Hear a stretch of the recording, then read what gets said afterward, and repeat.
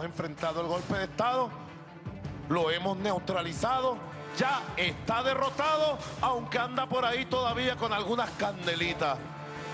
Por la salud y la vida de nuestros pacientes. En este día especial para los médicos de Venezuela, en lugar de estar celebrando, estamos protestando, que no tenemos nada que celebrar.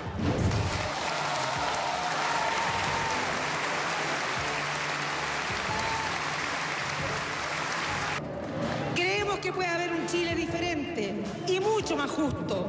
Cuando uno pregunta quién es el líder de la protesta, el líder de la protesta es el comandante Twitter. Lo que Twitter diga, por ahí salen corriendo y nadie da la cara.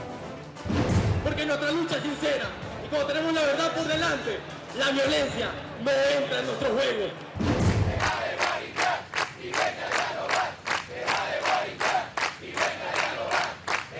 Cuando se le niega el permiso, se le niega una calle del municipio Libertador a un ciudadano, a un estudiante, no hay explicación por parte del gobierno, eso es autoritarismo. El paralelo ha bajado de una manera importante, el paralelo se va a derrumbar, no hay razones para que siga existiendo y una de esas condiciones fundamentales es que exista transparencia e información permanente. Visto por algunos como padre o abuelo, Francisco sabe conquistar y hablar hasta en el idioma de los jóvenes, a quienes llama a no tener miedo de soñar con cosas grandes. Analistas aseguran que este Papa está mostrando un liderazgo que va más allá de lo que es estrictamente la religión. Se dice que prácticamente no ha cometido errores. Hola, ¿qué tal amigos? Les saluda Margarita López y gracias por acompañarnos en la Semana Venevisión. Para analizar las noticias más importantes de los últimos días, contamos con los colegas Argel Libera y Hernán Lugo Galicia. Bienvenidos, muchísimas gracias por estar aquí. Comenzamos. 1 mes y 3 días de protestas, 28 fallecidos y 1.529 detenidos, según la Fiscalía. Gobierno versus oposición. Acusaciones van y vienen. A esto se le suma la orden del Tribunal Supremo de Justicia a los alcaldes de Baruta, Latillo y San Diego en Valencia de levantar las barricadas. Chacao y Altamira no han dejado de arder. En el interior las manifestaciones han sido intensas. Carabobo, Táchira, Zulia, Mérida. El presidente Maduro amenaza con medidas más duras. Así están las cosas. Tienen que ponerse a derecho. Si llegaran a desacatar el amparo, bueno, se escalaría las decisiones judiciales frente a quienes rehuyen sus responsabilidades, no cumplen sus responsabilidades. La responsabilidad principal de un gobernante es mantener el clima de paz de su municipio. No, cuenten con nosotros. Declare el desacato de una vez y véngame a buscar, que aquí estoy. Ellos están al frente de las personas cuando están armando una barricada. ¿Por qué no la detienen? Pues si esa persona le están violando el derecho a un montón de personas más. Algunos querrán que nosotros le echemos plomo al pueblo. Jamás, nunca vamos a echarle plomo al pueblo. Bueno, yo quiero decirle, señor alcalde, que nosotros, a través del INAL, los trabajadores, vamos a interponer ante el Ministerio Público una acusación contra usted. Así que usted con esta sentencia o el Tribunal Supremo de Justicia no buscará en ningún momento a que yo me enfrente a los vecinos ni que yo le eche plomo a los vecinos. A ustedes se les ha tratado de satanizar, de demonizar, pero eso no es nuevo, es el mismo patrón. Nosotros sabemos quién los organiza, a los colectivos, dónde viven, cuántos viven en Santana, cuántos viven en Torbes, cuántos viven en San Cristóbal. Concejales acá, concejales, que eran concejales, que dirigen la banda. Elementos extranjeros, utilizando delincuentes pagados para sumarse a estas protestas, van pasando una fase ya abiertamente subversiva. Colocamos la lupa en Carabobo. 3 muertos y 14 heridos durante las protestas del pasado miércoles. Disturbios más fuertes se suscitaron en el sector Mañongo de Naguanagua y la Isabelica de Valencia. En ese último, aparentemente unos motorizados asesinaron a 2 manifestantes, Guillermo Sánchez de 42 años de edad y el estudiante de la UC, Jesús Acosta de 22. Él estaba al frente de una residencia cerca de su casa y ellos pasaron aproximadamente a 100 metros de donde estábamos disparando deliberadamente hacia el fondo, donde no les importó nada ni nadie, estaban ahí niños, como les estoy diciendo, es una zona residencial, una zona popular, aquí no vemos millonarios ni ricos. En el sector Mañongo fue asesinado el capitán de la Guardia Nacional, Ransom Bracho, de 36 años de edad. También en Mañongo fueron heridos 3 manifestantes y otros 3 guardias nacionales. Los otros 6 heridos fueron en el sector La Isabelica. Yo responsabilizo de todos estos hechos violentos, y así lo vengo diciendo desde el primer día, al alcalde de San Diego, Enzo Escarano, y al profesor, que es el secretario de la Universidad de Carabobo, Pablo Aure. Una semana intensa hemos vivido los venezolanos. En esta hora quisiera una reflexión de ustedes como periodistas. La situación que está viviendo Venezuela en estos momentos. Primero las damas, Argely. Bueno, muchísimas gracias, Margarita. Saludos a todos en este momento. Bueno, mira, realmente lo que cabe, como tú dices, es un momento de reflexión. Aquí yo creo que responsablemente nosotros como comunicadores sociales debemos llamar a la sindéresis. Yo diría que al respeto y al amor hacia el país y hacia nosotros mismos como venezolanos. Si nosotros analizamos rápidamente lo que está sucediendo en el país, podemos ver que, o yo diría, que se pudiera hacer el análisis en 2 niveles. En el nivel del hecho político partidista, digamos, a lo que está pasando, que está saliendo de las dirigencias, de las bocas de los principales dirigentes políticos del país y lo que están promoviendo, esas cosas que están saliendo de ellos. Y el segundo nivel de análisis pudiera ser a nivel de lo que es el hecho social, es decir, qué es lo que está pasando en la gente, qué es lo que está pasando a nivel del ciudadano común, qué se está produciendo allí. Indudablemente, a veces analizamos las cosas, se ven que hay muchos movimientos, muchas situaciones generadas. Pareciera que hubiesen como 2 países, pero son todas unas realidades pasando dentro del mismo país, que es Venezuela. Y tan real es la agresión, por ejemplo, que sucede del lado de los simpatizantes de la oposición, como la agresión que lamentablemente sucede del lado de los simpatizantes del gobierno. Aquí nadie puede estar contento con muertes, aquí nadie puede estar contento con situaciones de violaciones de derechos humanos, aquí nadie puede estar contento, por supuesto, con la cantidad de aprehensiones récord pues, que se han generado en el país en los últimos días. Se están haciendo esfuerzos, pero esos esfuerzos deben pasar a lo que es el hecho real. En algunos momentos vemos que, por ejemplo, hay llamados al diálogo y eso es importante. Pero, por ejemplo, para que un diálogo sea efectivo, no solamente hace falta manifestar la disposición al diálogo, sino que también debe existir el reconocimiento del otro, sin prejuicios además. Deben existir además reglas claras. No podemos hablar, por ejemplo, de sentarnos aquí en una mesa, discutir en una mesa de diálogo e inmediatamente salir a despotricar del diálogo o convocar al diálogo y salir a convocar acciones que van en detrimento del diálogo o que exacerban los ánimos. Los especialistas en comunicación, por ejemplo, siempre dicen que el tema del ánimo, del estado anímico a la hora de establecer un proceso de comunicación es emblemático, el estado emocional. Ha habido la responsabilidad suficiente de las diferentes dirigencias políticas aquí en nuestro país para crear el estado emocional en el venezolano proclive a la paz. Hay casos en los que de verdad me generan dudas. Ahora parece que el juego está trancado, Hernán. Y lo digo porque el presidente Maduro dice que sin la MUD o con la MUD habrá paz. Y la MUD pone 5 condiciones. El presidente Maduro dijo el pasado viernes que no acepta condiciones. Entonces, ¿cómo ves todo? El juego pareciera que está trancado. En primer lugar, la expresión como ciudadano. Yo creo que ninguno venezolano está de acuerdo en que aquí se susciten hechos violentos que terminen en una guerra civil. Creo que todos los estamos rechazando y creo que apostamos por alguna salida política y que hay un entendimiento de parte y parte. Como periodista debo decir lo siguiente, nosotros estamos preocupados porque en este ambiente está afectándose la verdad.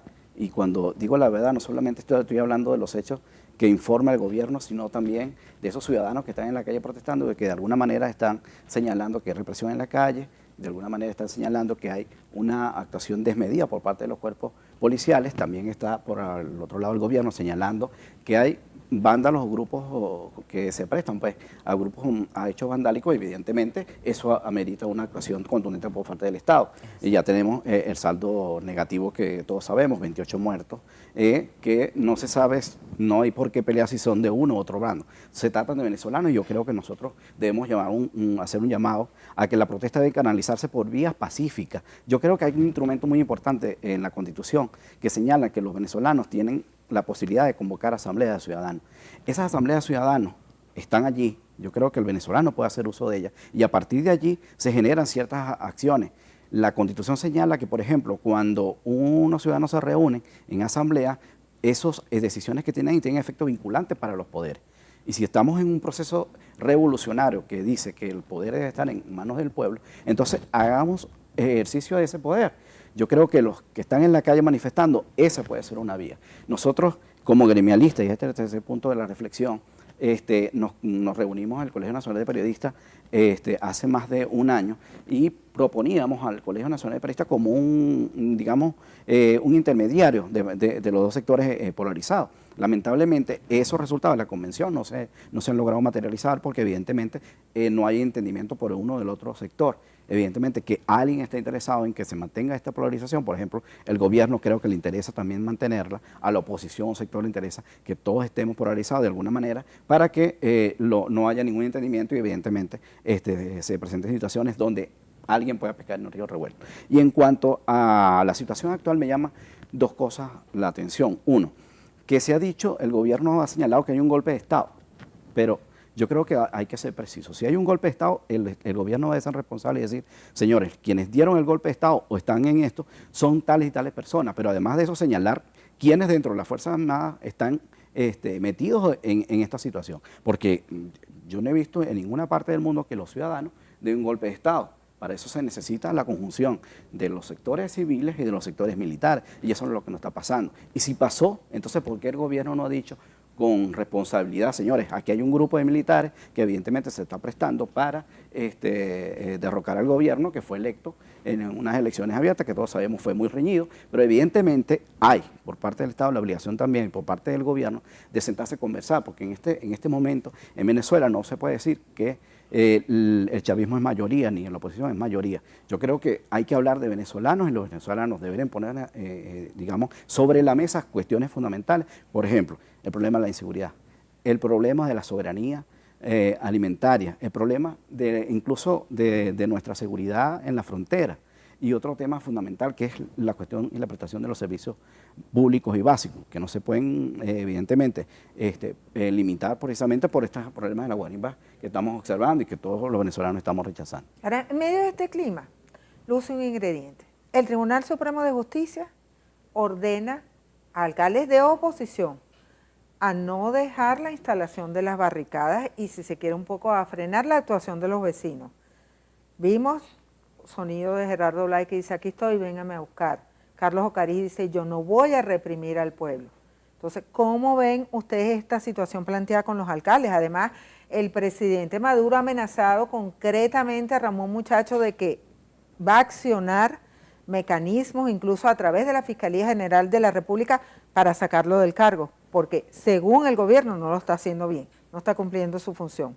Bueno, yo ahí recordaría el viejo proverbio de que violencia genera violencia. Allí, si nosotros estamos buscando precisamente un clima de entendimiento y de diálogo, sabemos que el Estado tiene la necesidad de poner un orden establecido. De hecho, leyendo la sentencia del tribunal, se observa que es un vecino del propio municipio de Baruta quien ejerce la acción y es al cual el Tribunal Supremo de Justicia pues da respuesta, porque en este caso el vecino se siente incómodo, hace referencia incluso a un motorizado que falleció precisamente al estrellarse a una de las barricadas. Y sí es verdad que hay una responsabilidad de las autoridades de evitar que se generen este tipo de cosas. De hecho, la Constitución es clara cuando permite el establecimiento de manifestaciones pacíficas, así como en el mismo artículo que establece el derecho a manifestar, establece que, por ejemplo, el Estado no va a utilizar, por ejemplo, sustancias tóxicas. Claro, hay otro artículo que establece una limitación de acuerdo a lo que es el escenario propiamente dicho. pero yo sí creo que debe haber una cooperación, ahí es cuando hablamos del tema de que no puede haber una diferencia, una discrepancia entre lo que es el discurso político y el hecho social de parte de todos los dirigentes políticos, incluyendo los alcaldes de la oposición, para tratar de disuadir a esas personas que quieren manifestar, que están en su pleno derecho, porque como bien lo decía Hernán, hay cosas que no se pueden, que son ineludibles. Cuando la gente va al mercado y no se consigue el abastecimiento correcto, obviamente tiene que generarle un malestar, por ejemplo. Pero, digamos, tenemos que buscar por la paz del país cómo canalizar esas cosas. El presidente Nicolás Maduro decía en estos días en una declaración que las guarimbas o las manifestaciones que no estaban siendo pacíficas estaban creadas en función de evitar el abastecimiento. Bueno, si basándonos en la tesis del golpe de Estado en desarrollo, se sabe que los factores que estarían interesados en el golpe de Estado van a coadyuvar para eso y para exacerbar esas necesidades. El Estado tiene dos salidas: o cae en la provocación o actúa estratégicamente. Yo creo que lo correcto es actuar estratégicamente y por el pueblo. ¿De qué manera puedes calificar la actuación de los alcaldes? Yo creo que hay dos cosas que no se han dicho y que el gobierno debe señalar. Uno, que las policías municipales tienen una acción preventiva y administrativa, es decir, que no están para controlar el orden público. Y evidentemente ellos van con una acción disuasiva. La obligación de las policías municipales y las autoridades municipales es hablar con los que evidentemente están en una barricada y pedirles que permitan dos derechos fundamentales, que es el libre tránsito y, por supuesto, lo que tiene que ver con la responsabilidad de poder circular por todo el país. Y lamentablemente eso no se está cumpliendo. Pero una vez que evidentemente no se pueden controlar, actúan los organismos, en este caso las policías regionales y en última instancia la Guardia Nacional. Pero aquí vemos que no. Aquí a la gente ha señalado que en Altamira se produce a partir de las 6 de la tarde, 7 de la noche, la hora loca, porque se presentan los manifestantes y por el otro lado se presenta la Guardia Nacional. Es decir, no hay ya comunicación directa o intervención de la Policía Municipal, porque evidentemente ya está en la calle la Guardia Nacional actuando. Pero el problema más grave es que allí, una vez que se originan estas barricadas, la represión ha sido muy brutal. Por ejemplo, se han atacado a periodistas a pesar de que se les han presentado los credenciales como tal. Se han atacado a niños. Evidentemente, una policía o una Guardia Nacional que fue creada precisamente para proteger al pueblo no lo está haciendo. Y evidentemente yo creo que tanto los alcaldes como el presidente deberían sentarse a conversar, porque a nadie le favorece, nadie se beneficia con una situación, por ejemplo, como la que vive en Altamira. Uno cuando pasa por allí, ahí es tierra arrasada. Las informaciones que uno tiene sobre San Cristóbal es que prácticamente ya habrá que hacer una gran inversión para recuperar todas las vialidades y avenidas de San Cristóbal, porque están vueltas, digamos, un desastre, ¿no? Pero es necesario el entendimiento político, pero además yo creo que aquí las partes tienen que ceder. No es posible que el presidente, por una parte, diga, yo no cedo, ¿no? Y además prometa la mano dura y por el otro lado tiende la mano, pero evidentemente parece que son las dos manos duras y no puede ser. Y por el otro lado tenemos un factor de la oposición, porque creo que hay otros que están interesados en conversar, de hecho algunos participan en la conferencia de paz y yo creo que por ahí se puede canalizar. Tenemos que hacer una pausa muy corta, nos pueden escribir y ofrecer sus opiniones @lasemanabb. Al regreso, marchas.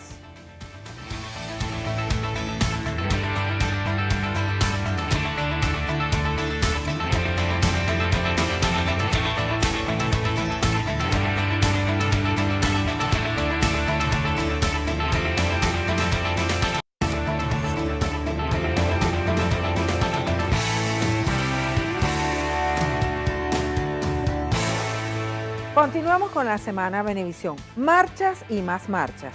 Las de la oposición nunca pudieron llegar a su destino. Las del gobierno fueron atendidas por el presidente Maduro. Medición de fuerzas.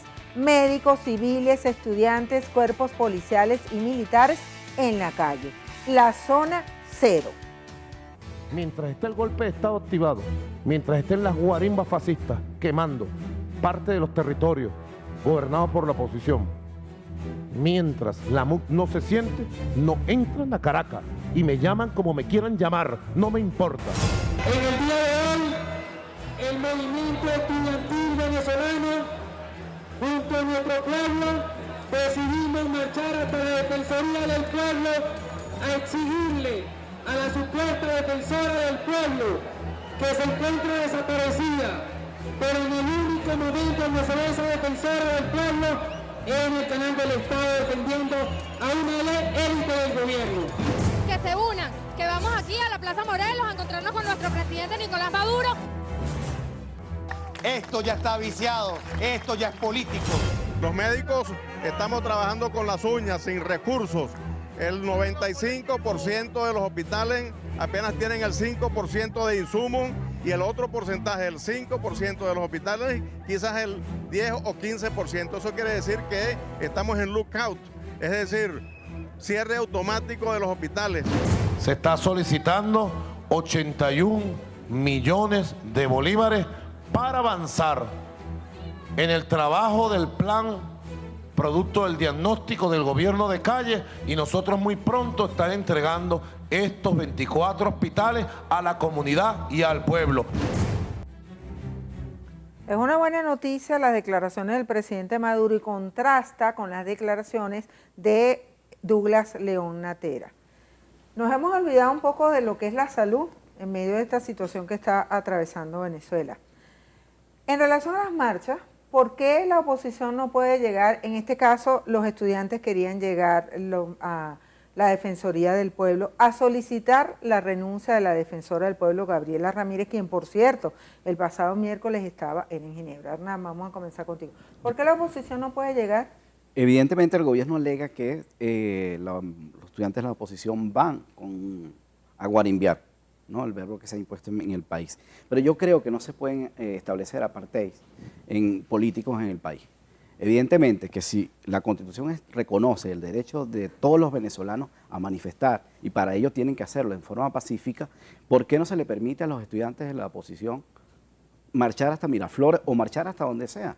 ¿Y por qué sí se le permite al oficialismo? Yo creo que allí evidentemente hay un problema que genera la guerra, que genera todo este conflicto político. Yo creo que no puede haber venezolanos de primera y venezolanos de segunda. Pero además, cuando se permite una marcha, se le debe exigir un compromiso al convocante, por ejemplo, en el sector de la estudiantes de la oposición, de que debe haber un mínimo respeto a las normas constitucionales, a todo lo que establecen las leyes en ese sentido. De, por ejemplo, no agredir a las instituciones, de evidentemente tratar de que todas las manifestaciones sean pacíficas. Nosotros en el Colegio Nacional de Periodistas junto al sindicato realizamos 2 manifestaciones antes de las que se efectuaron el 12 de febrero y todas fueran pacíficas.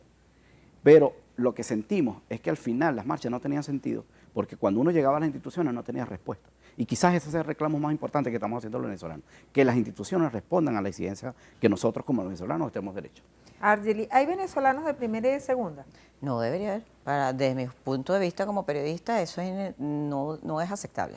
Aquí somos todos un solo país, somos todos una sola Venezuela, y precisamente si uno está buscando un entendimiento y un proceso de diálogo, no puedo menospreciar al otro, no puedo minimizar al otro.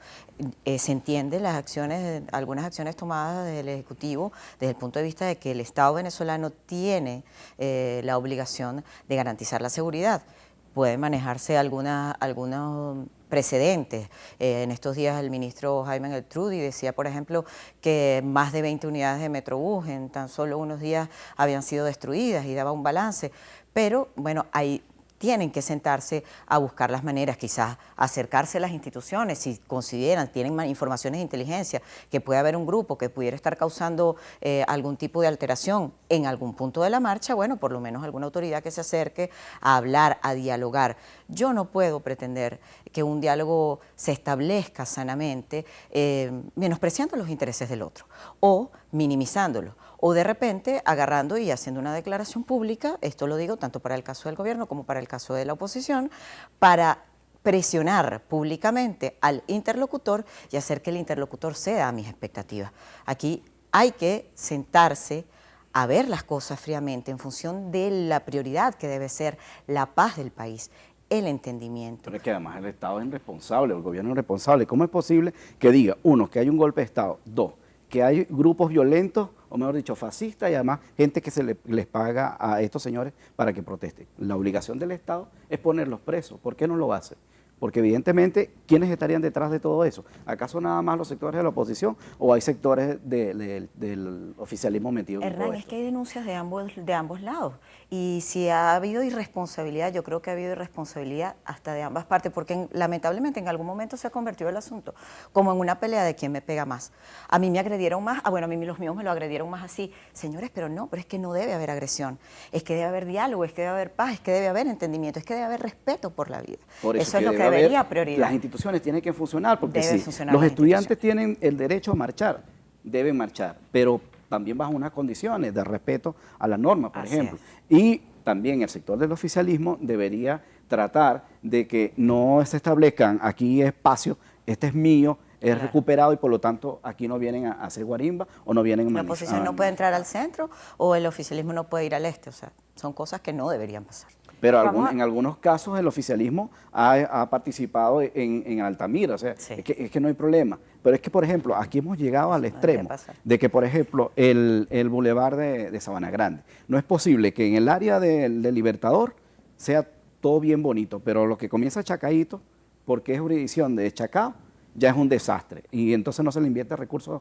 en esa zona simplemente porque es un gobierno de la oposición. Yo creo que es hora de que los venezolanos reclamemos a nuestros estados, a nuestros gobernantes que se porten como tales, porque aquí no fueron electos para representar ninguna parcialidad, aquí no estaban representando a todos nosotros.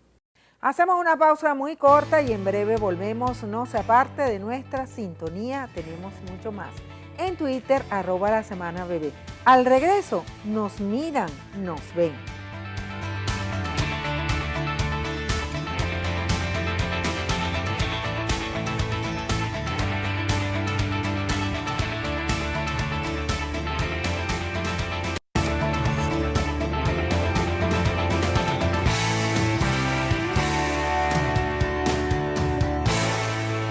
Seguimos en la Semana Venevisión. Venezuela y la mirada internacional. Estados Unidos aspira a que la crisis venezolana se solucione con diálogo. Chile rechazó cualquier quiebre democrático. UNASUR enviará una comisión de cancilleres para abordar el tema, pero se insiste en el diálogo. Nosotros nos sentimos plenamente satisfechos con la resolución. Nos sentimos acompañados en la batalla que está dando el pueblo venezolano por la democracia, por la paz, por la estabilidad política en nuestro país.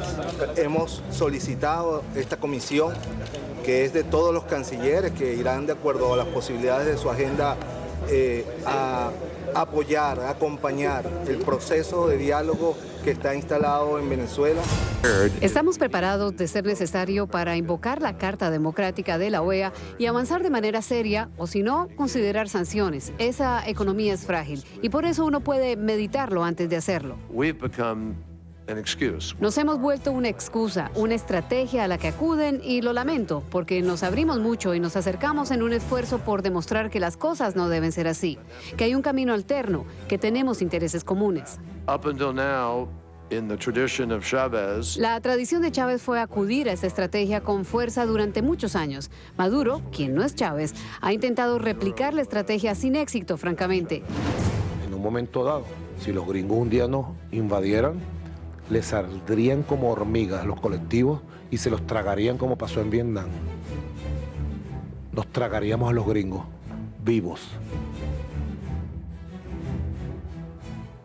Hasta ahora Venezuela ha cantado victoria porque ha obtenido triunfos a nivel internacional. Lo decimos porque la semana pasada no se logró que los cancilleres de la OEA vinieran a Venezuela para ver in situ cuál es la situación. Y también Elías Agua y el presidente Maduro han dicho que lo de UNASUR es un triunfo, porque a solicitud de Venezuela viene una comisión al país. Pero tenemos también dentro de todo esto una situación delicada y es el contrapunteo que se ha generado con Estados Unidos. ¿Cómo ven ustedes Venezuela en el contexto internacional? Rápido, yo creo que hay dos cosas que señalan que no va a estar éxito a nivel internacional, sino más bien una preocupación por parte del gobierno. Uno, porque Maduro no asistió a la toma de posesión de Bachelet a Chile, lo que demuestra que evidentemente tenía un temor. ¿Cuál es el temor? Salir de Miraflores. ¿Por qué? Porque evidentemente está pasando algo, porque temía de que cuando regresase ya no le darían la silla. O que pasara algo en Chile también. que en Chile lo que podría pasar es que la gente protestara y evidentemente no iban a, Chile, las autoridades no iban a pedir, no iban a permitir que agredieran a un presidente, a un invitado internacional. O sea, en eso hay que medirlo. Que la situación del país no estaba dada como para que él saliera del país. Evidentemente, porque algo está pasando, porque hay un golpe de Estado, pero el problema es que no se han dado los elementos que te digan decir, mira, hay un golpe de Estado y estos son los militares que hay que poner presos por esto, estos son los civiles que hay que poner presos. Solamente está preso Leopoldo López, y supuestamente porque hizo una convocatoria a unos actos de una salida que él, evidentemente todo el mundo lo entendió como era una salida rápida de Maduro. Entonces, no estamos hablando de un éxito total a nivel internacional. Creo que más bien el hecho de que ahora Estados Unidos amenace con sanciones y con ir a la OEA a pedir la activación de la Carta Democrática es porque evidentemente a nivel internacional hay un peso importante el hecho de que los venezolanos todos los días se manifiesten en la calle, o mejor dicho, un sector de la población que haya decidido tomar esta acción política de estar manifestando, bien sea violentas, algunos de forma pacífica, como hasta ahora han hecho los estudiantes, y eso genera un impacto internacional bastante digamos, sustancial, que va a obligar al gobierno a tener que, por ejemplo, que los diputados viajen la próxima semana a explicar lo que está pasando, pero además va a obligar a todo el gobierno a tener que hacer un plan internacional para explicarle. Pero en medio de esto no podemos perder de vista una cosa, que es el tema de evaluar, el tema de la soberanía y de tener cuidado que aunque no se pesque en río revuelto, como decimos aquí los venezolanos, si nosotros hacemos como un estudio de los últimos acontecimientos y vamos taxativamente a lo que establece la Carta Democrática, que es lo que ha dicho el señor Kerry, que Estados Unidos está preparado para aplicar en Venezuela, está hecha para garantizar o restituir la institucionalidad democrática y constitucional, y establece que para poderse aplicar tiene que haber una ruptura y además una imposibilidad absoluta del gobierno en ese momento de poder solventar la situación.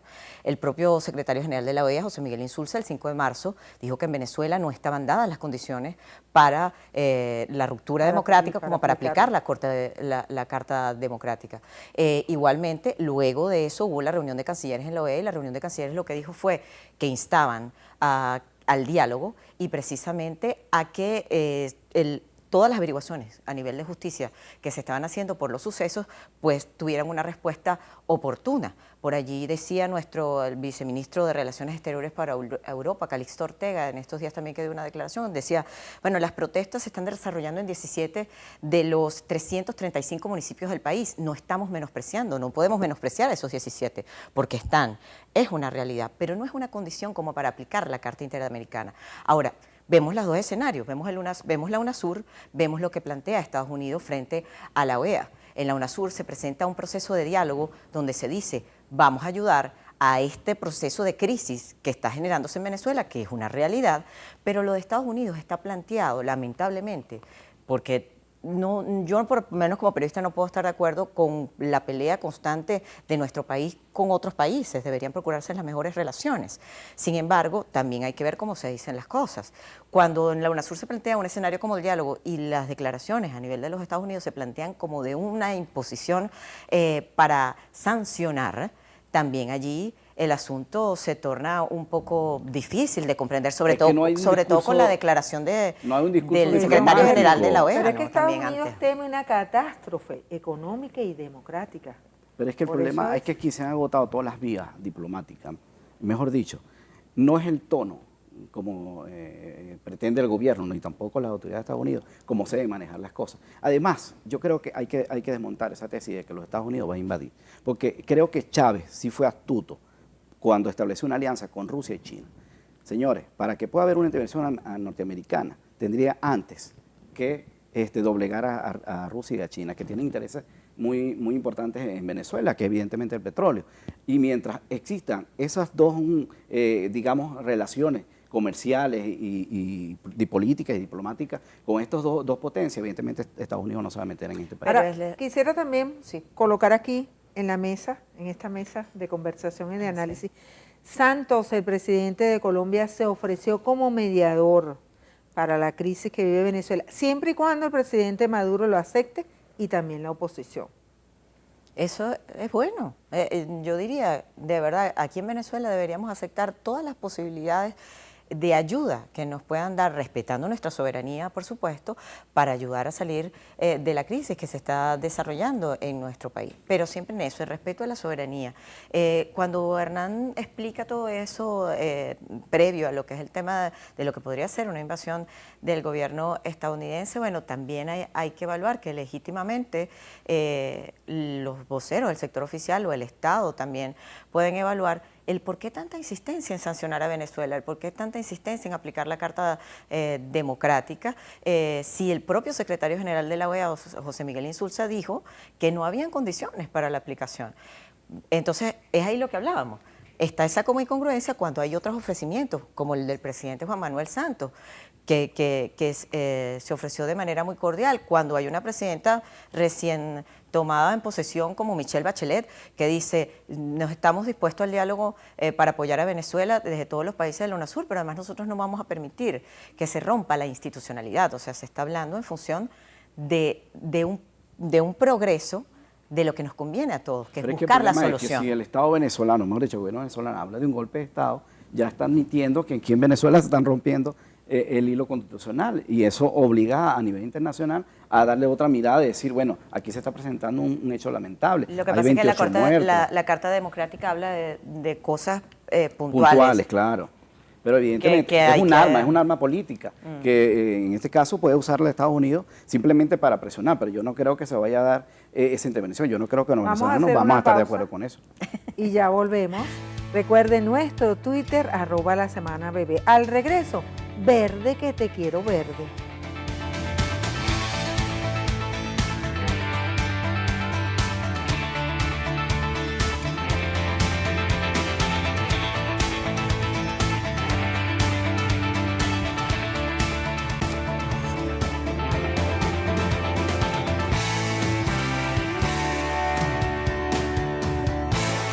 Ahora hablemos de economía.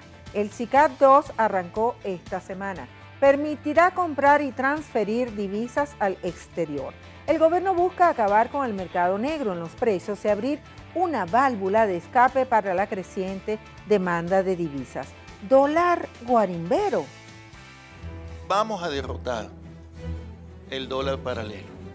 Vamos a derrotar el mercado ilegal, especulativo que se ha creado con el dólar paralelo. Es un dólar que hemos llamado un dólar guarimbero. Es un dólar que no tiene ningún tipo de fundamento económico y sin embargo le ha hecho muchísimo daño a nuestra economía. Presiona la inflación, presiona el abastecimiento y bueno, y distorsiona todo lo que es nuestra estructura de costos y precios justos. Y cuando empiece a operar y se ponga más robusto el sistema, eso debería entender estabilizarse en donde la oferta y la demanda lo indiquen. A mayor oferta, menor precio. Esta es una medida en el camino correcto.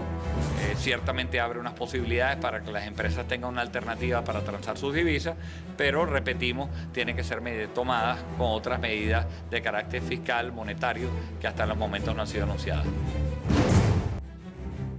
Fede Cámaras considera que el gobierno está en el camino correcto. Fíjense, en el SICAD 2 pueden participar personas naturales y jurídicas. Tasa de cambio se fijará de acuerdo a la oferta y la demanda. Funcionará los días hábiles.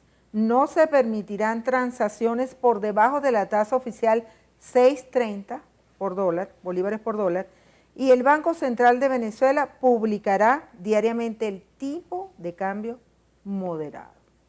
¿Cómo ha visto este anuncio del gobierno, esta apertura del SICAD 2?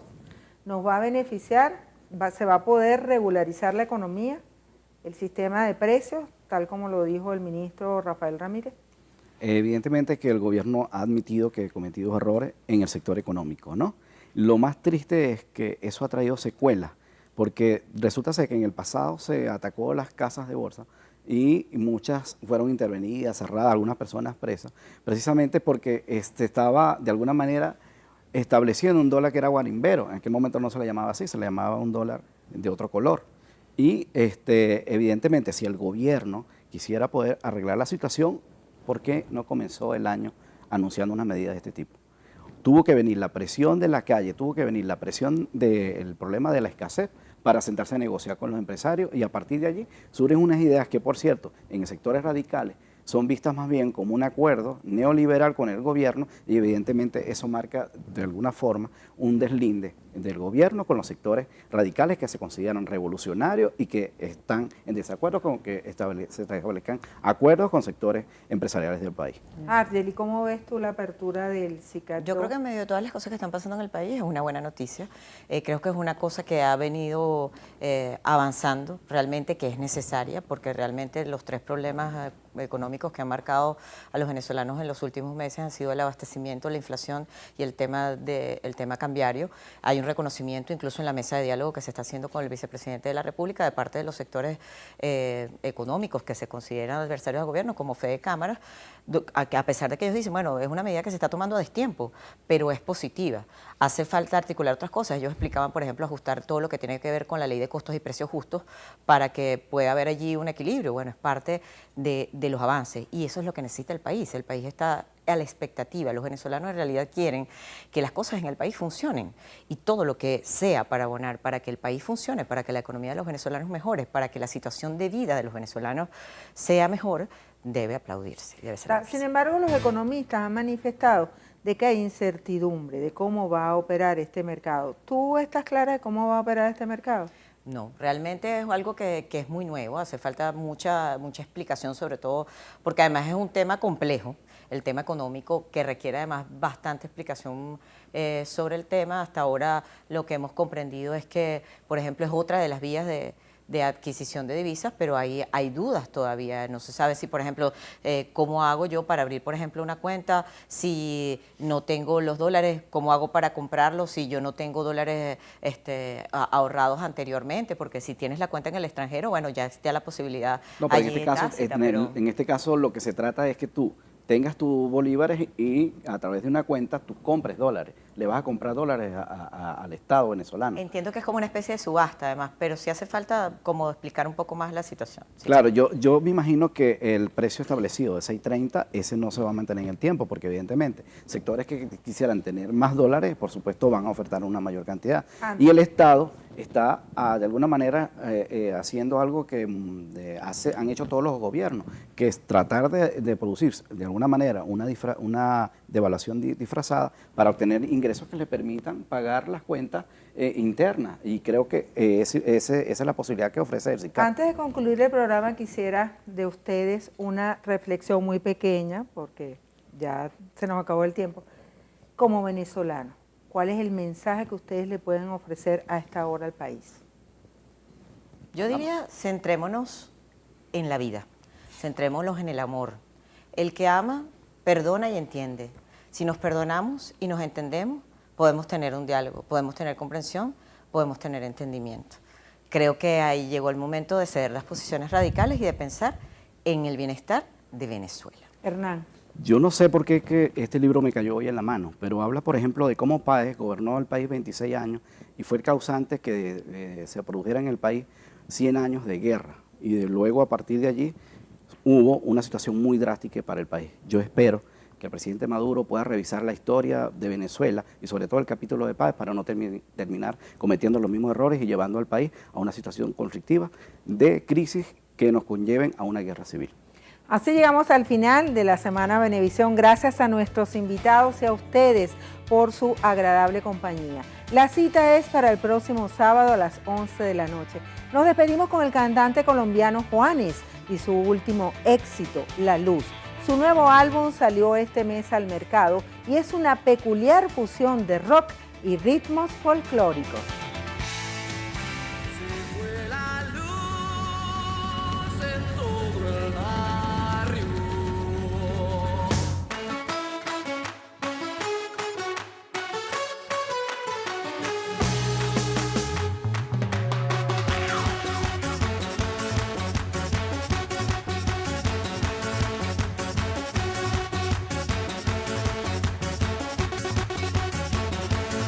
Se fue la luz en todo el barrio, prende la vela que la fiesta no se apaga. Se fue la luz en todo el barrio, prende la vela que la fiesta no se apaga. Esta noche quiero ser tuyo, esta noche de ser tuyo.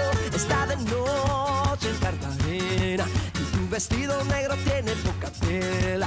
La borrachera está muy buena. Yo sigo aquí bailando como las palmeras.